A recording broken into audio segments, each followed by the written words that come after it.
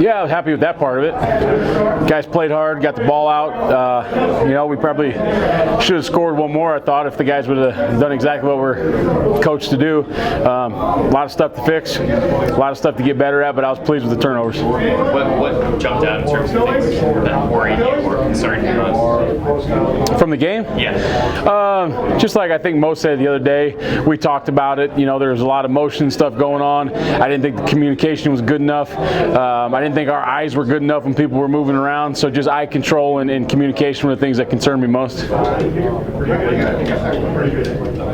general, when you look at Colorado, what's your initial scout?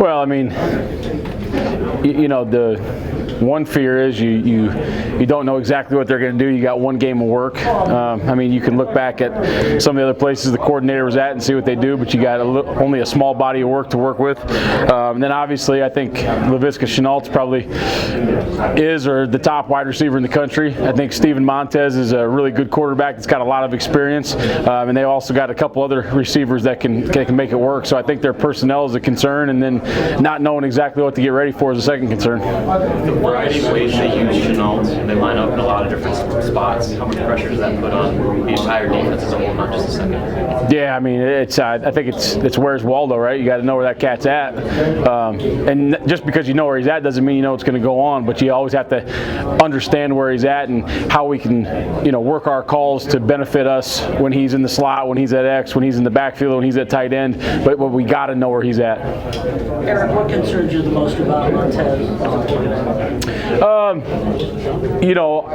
I don't think he's a flyer, but he runs it efficiently. He's got some quarterback runs designed for him, and he can make those work. He can get out of the pocket, but I think the thing that he does best is he runs that offense. I mean, Chenault is an unbelievable player, but Montez makes that thing work. He controls the offense. He can make all the throws. He made some unbelievable throws last year against us. So, I mean, we've got to keep him in the pocket. We've got to make some hard throws on him. We got to get some pass rush and get our hands up. But he's a good player. You guys got a lot of pressure on him last year. How important is getting in his face early and throwing off that rhythm a little bit? Yeah, I think getting pressure on anybody's, important, especially when there's a good receiver out there, right? You can't let somebody sit in the pocket and just have clean throws. So we've got to be able to get home with 4, with 5, with 6. We've got to be able to get home no matter how many we send. I like our defensive line. I think they have a good offensive line, but I like our defensive line right now.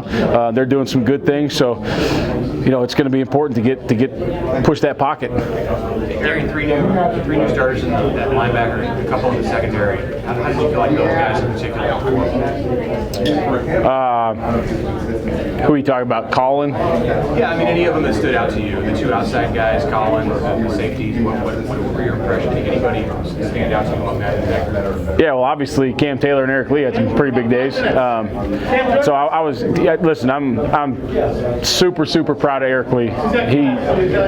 When we got here, there were some growing pains with a lot of guys. All he's done is work, and he's made himself into an unbelievable football player. He's a great teammate and a great guy to be around, and I was happy as heck for him. Cam Taylor, first quote-unquote start, even though he played last year. I mean, he played like a vet. Colin Miller played really good, I thought. Who else is new?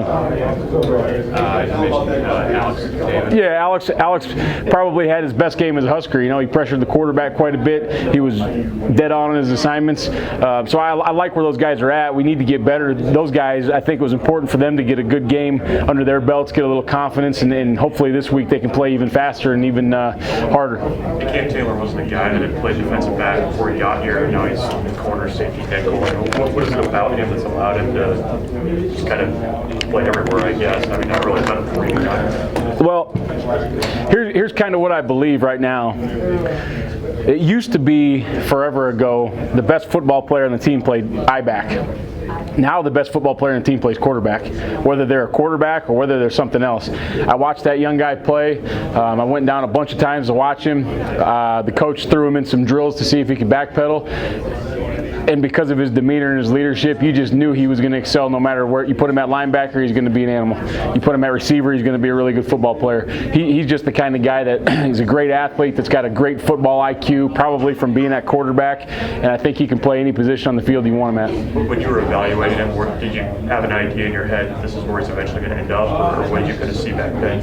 Well, when I was evaluating, I was saying he's an athlete on offense or defense. Selfishly, I'm kind of saying, hey, I think this guy's really a good DB, so the offense didn't steal him.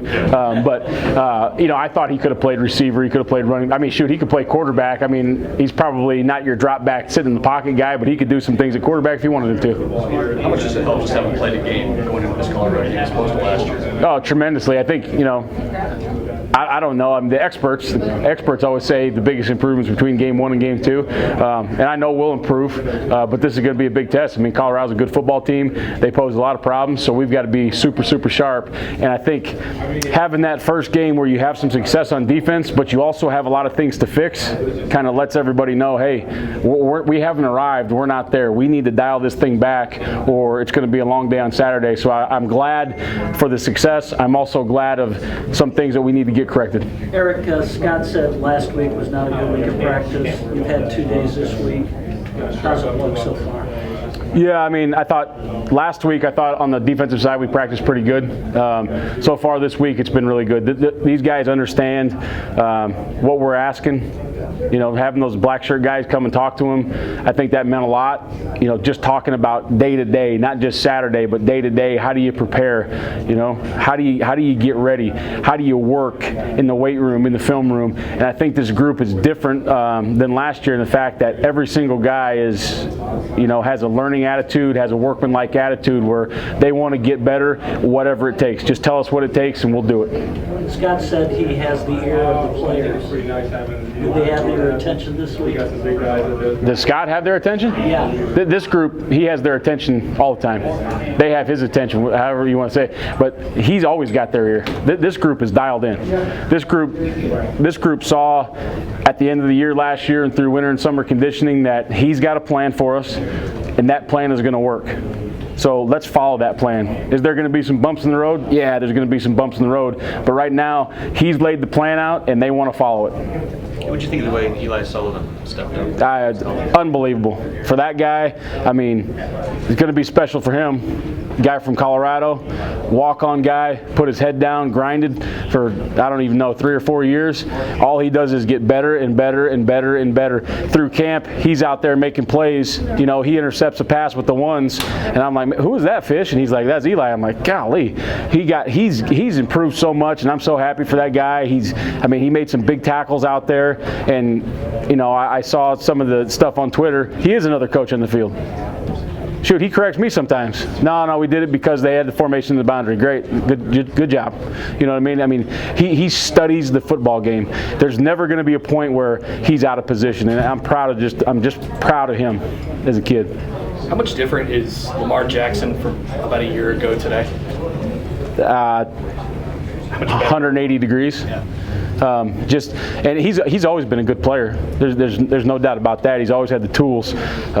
Just the attitude, the leadership, the way he wants to work, the way that he sees this is how to get better. This is what I need to do. The coach's fish is not giving suggestions. Those are things that I have to do to be better. But it's just so much fun to be around these guys right now, including Lamar.